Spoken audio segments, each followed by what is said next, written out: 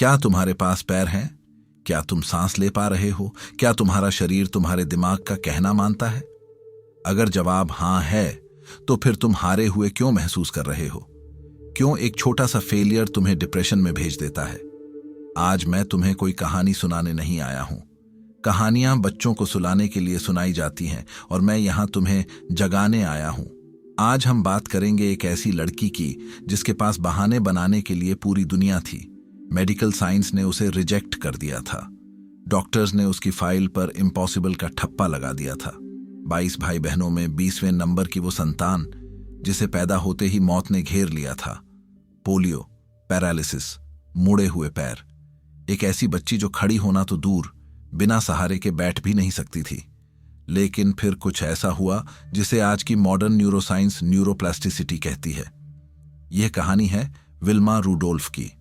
आज हम निकालेंगे वो चीट कोड्स, वो मेंटल फ्रेमवर्क्स जिनका इस्तेमाल करके एक अपाहिज लड़की दुनिया की सबसे तेज धाविका बन गई। नमस्कार दोस्तों, मैं हूं सौरभ और स्वागत है आपका बुक ट्यूबर हिंदी पर। कल्पना करो 1940 का दशक, एक गरीब अश्वेत परिवार। विल्मा का जन्म समय से पहले हुआ। वो एक फाइटर थी, लेकिन उसकी पहली लड़ाई अपनी ही सांसों के लिए थी। स्कारलेट फीवर ने उसके फेफड़ों को निचोड़ दिया। डबल निमोनिया ने उसे लगभग मार डाला। लेकिन असली खेल तब शुरू हुआ जब विल्मा 4 साल की थी। उसका बायां पैर अंदर की तरफ मुड़ने लगा। डॉक्टरों ने चेक किया और वो शब्द कहा जिससे उस वक्त रूह कांप जाती थी, पोलियो। पोलियो ने विल्मा के नर्वस सिस्टम पर हमला किया और उसे हमेशा के लिए अपाहिज बना दिया। डॉक्टर्स ने उसकी मां से साफ कह दिया, ये लड़की अब कभी जमीन पर पैर नहीं रख पाएगी। ज्यादातर लोग यहीं टूट जाते हैं। हम में से 99% लोग इसे अपनी किस्मत मान लेते। हम कहते, शायद भगवान की यही मर्जी है। हम खुद को विक्टिम कार्ड थमा देते। लेकिन यहां विल्मा की मां ने वो किया जिसे डॉक्टर जो डिस्पेंजा अपनी किताबों में द प्लेसिबो इफेक्ट कहते हैं। विल्मा की मां ने डॉक्टर के तथ्यों को मानने से इनकार कर दिया। उन्होंने विल्मा के दिमाग में एक बीज बोया। उन्होंने कहा, बेटा, डॉक्टर कुछ भी कहें, तुम चलोगी, तुम दौड़ोगी। जरा सोचो, एक तरफ मेडिकल साइंस के फैक्ट्स हैं और दूसरी तरफ एक मां का बिलीफ। साइंस कहती है मांसपेशियां मर चुकी हैं, मां कहती है विश्वास में जान है। विल्मा ने अपनी मां पर यकीन किया और यहां से शुरू हुआ दुनिया का सबसे मुश्किल ग्राइंड सेट। हफ्ते में 2 बार विल्मा की मां उसे 50 मील दूर बस में ले जाती थी। उस जमाने में जब नस्लवाद चरम पर था, एक गरीब औरत अपनी अपाहिज बेटी को लेकर इलाज के लिए भटक रही थी।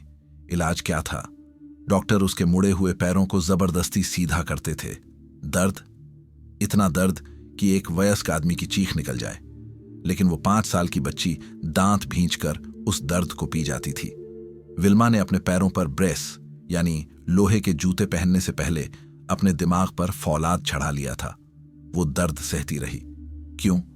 क्योंकि उसकी आंखों में वो तस्वीर थी जो अभी हकीकत में नहीं थी। यहां एक बहुत बड़ा मनोवैज्ञानिक सीक्रेट छिपा है। विल्मा अपनी किताब में लिखती है, जब मैं ब्रेस पहनकर चलती थी तो मुझे बहुत दर्द होता था, लेकिन मैंने दुनिया को दिखाने के लिए नाटक करना शुरू किया कि मैं बिल्कुल ठीक हूं। ध्यान देना इस शब्द पर, नाटक। यह सिर्फ नाटक नहीं था। डॉक्टर मैक्सवेल माल्ट्स, जिन्होंने साइको साइबरनेटिक्स लिखी है, कहते हैं, आपका सबकॉन्शियस माइंड, अवचेतन मन असलियत और गहरी कल्पना में फर्क नहीं कर पाता। विल्मा ने अनजाने में ही थिएटर ऑफ द माइंड का इस्तेमाल किया। वो लंगड़ा रही थी, लेकिन उसके दिमाग में वो एक एथलीट की तरह चल रही थी। वो दर्द में थी, लेकिन उसकी सेल्फ इमेज एक विजेता की थी। वो अपनी मर चुकी नसों को सिग्नल भेज रही थी। नॉर्मन डॉयज की किताब the brain that changes itself के अनुसार, जब आप किसी चीज पर इतनी शिद्दत से फोकस करते हैं तो आपका दिमाग नए न्यूरल पाथवे बना लेता है।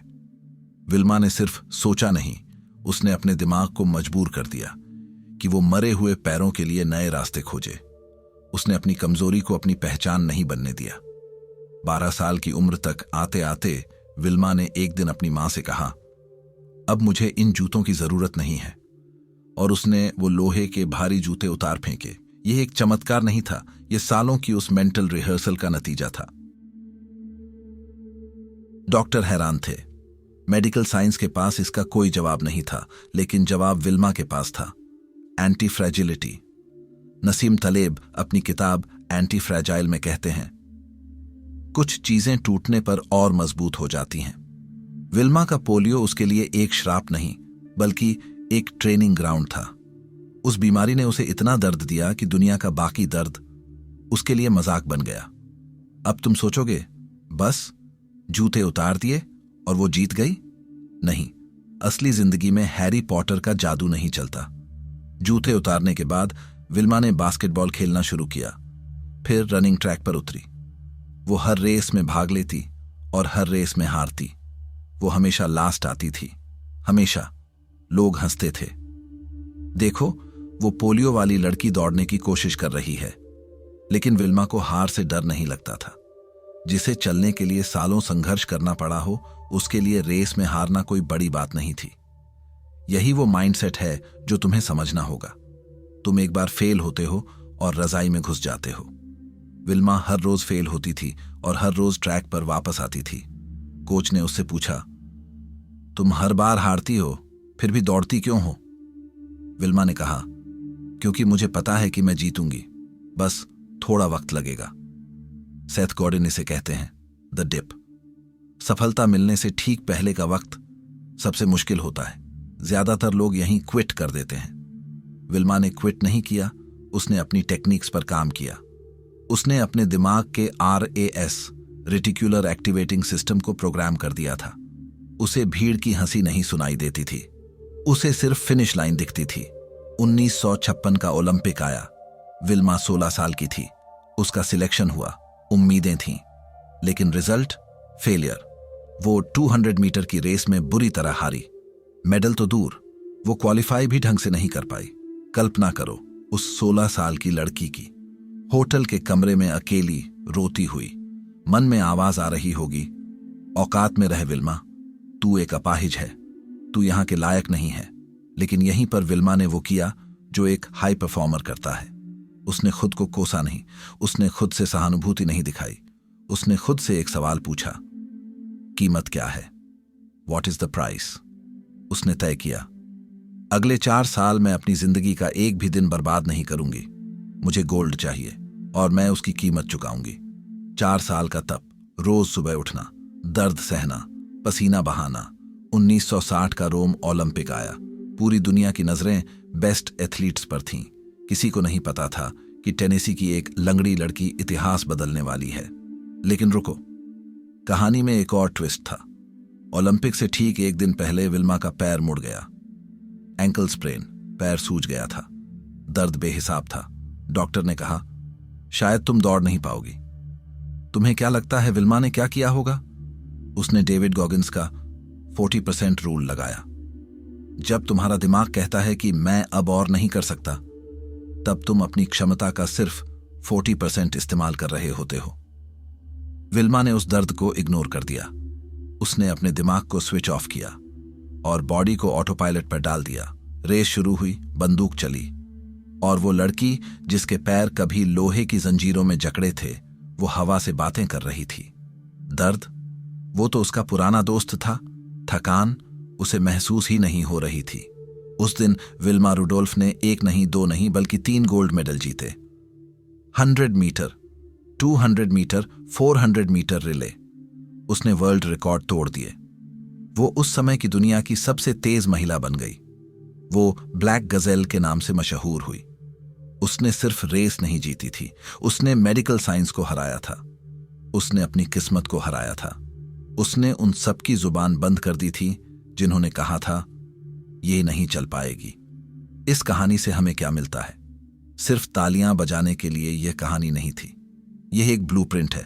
आओ इसे डिकोड करते हैं। 3 पावरफुल स्टेप्स जिन्हें तुम आज से अपनी जिंदगी में लगाओगे।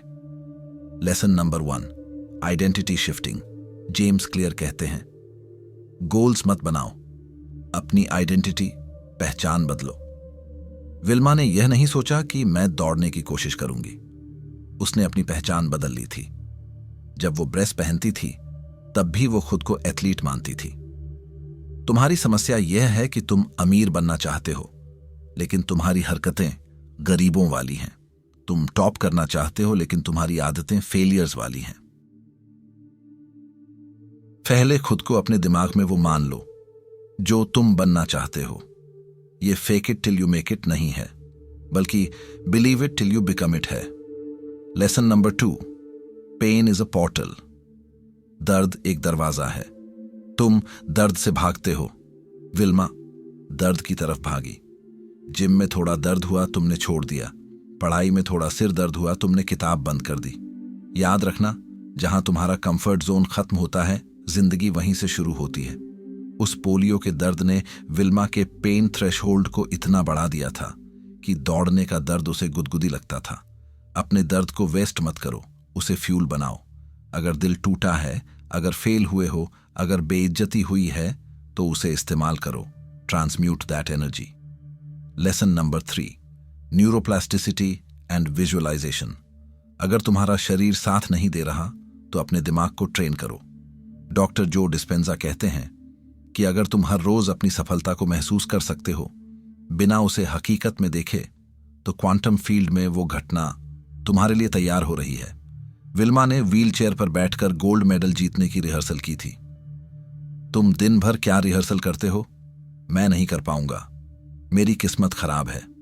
जो तुम अपने दिमाग में बार बार प्ले करोगे, वही तुम्हारी जिंदगी की स्क्रीन पर रिलीज होगा। विल्मा रुडोल्फ 54 साल की उम्र में दुनिया छोड़ गईं, लेकिन वो साबित कर गईं कि इंसान की कोई सीमा नहीं होती। सीमा सिर्फ तुम्हारे दिमाग में है। तुम झूठ बोलते हो हर रोज आईने के सामने खड़े होकर। तुम कहते हो मैं अमीर बनूंगा, मैं फिट बनूंगा, लेकिन तुम्हारी हरकतें चीख चीख कर कहती हैं कि तुम झूठ बोल रहे हो। साइकोलॉजी में इसे कॉग्निटिव डिसोनेंस कहते हैं।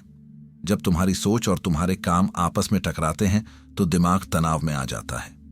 इस तनाव को खत्म करने के लिए ज्यादातर लोग अपने सपनों को छोटा कर लेते हैं, ताकि वो उनकी घटिया आदतों के साथ फिट हो सकें।